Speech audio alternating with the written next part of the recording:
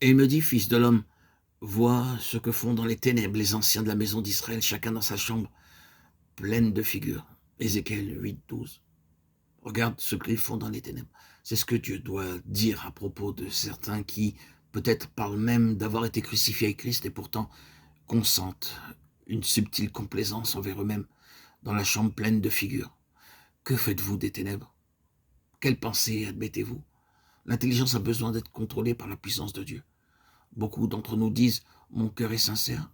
Oui, mais prenez garde à la méchanceté qui vient d'une intelligence non renouvelée et croyant être gardée sous le casque du salut.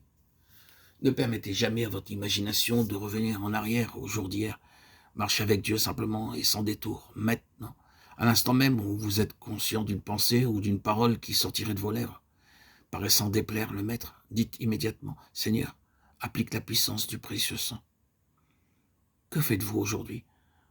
Pensez-vous à propos d'hier, de la semaine dernière? Laissez-vous votre pensée repasser cette souffrance que vous avez traversée il y a 3 mois? Non. Ne permettez jamais à vos pensées de revenir en arrière et de faire ressortir le passé, ni à votre imagination de regarder en avant et de penser « Que se passera-t-il la semaine prochaine ?» Et je crains tant un tel.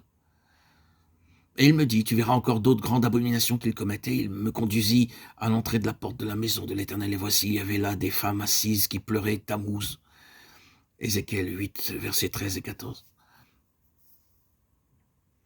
On verse beaucoup de larmes sur les conséquences des mauvaises actions, plutôt que sur le péché contre Dieu. Vous êtes allé au Seigneur avec des larmes amères pour quelque chose qui a été fait. Qu'y a-t-il derrière ces larmes? Êtes-vous peiné pour vous-même à cause de toutes ces tristes heures? Ou êtes-vous réellement affligé à cause de la souffrance du cœur de Christ? Avez-vous appris à regarder le péché et tout ce qui n'atteint pas à la gloire de Dieu comme une blessure au cœur de Jésus? Notez que pleurer à cause de notre souffrance pour ce que nous avons perdu, au lieu de pleurer sur ce que le péché signifie pour Dieu, le Seigneur appelle cela une abomination. Sommes-nous sensibles jusqu'à être capables de pleurer pour la souffrance de notre Dieu à cause du péché? Ceci modifiera très considérablement notre relation à l'égard d'autres enfants de Dieu. Êtes-vous allé pleurer dans votre chambre pour quelque chose qui, dans un enfant de Dieu, est une affliction pour le Seigneur? Avez-vous jamais été amené dans une telle union avec le cœur de Jésus? Comment ne voyons-nous pas que tout ce qui n'atteint pas à la gloire de Dieu dans quelques enfants de Dieu nous concerne parce que cela blesse le cœur de Jésus? Nous devrions souffrir avec les autres membres du corps et ne jamais parler de leurs mauvais agissements sans un cœur brisé. Pourquoi pleurer ces femmes? Pour elles-mêmes.